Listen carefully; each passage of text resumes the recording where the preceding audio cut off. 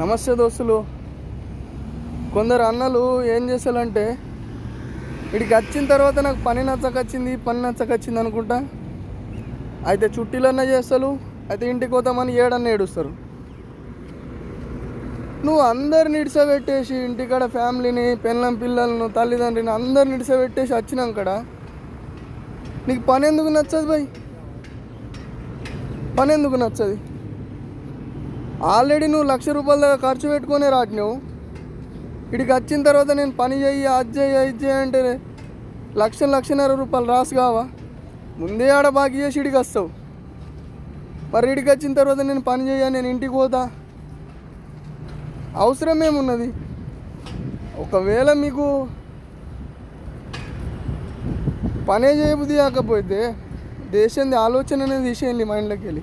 నేను దేశం పోతా, 4 పైసలు కమాయించుకుంటా అని చెప్పేసి ఆలోచన అనేది తీసేయరు. అస్సలే అంటే అస్సలే రాకుండి, ఇక్కడికి వచ్చినాక పరిశ్రమలో పడకుండి. నేనైతే చెప్పాలనుకున్నా చెప్తున్నా. ఉంటా మరి, బాయ్.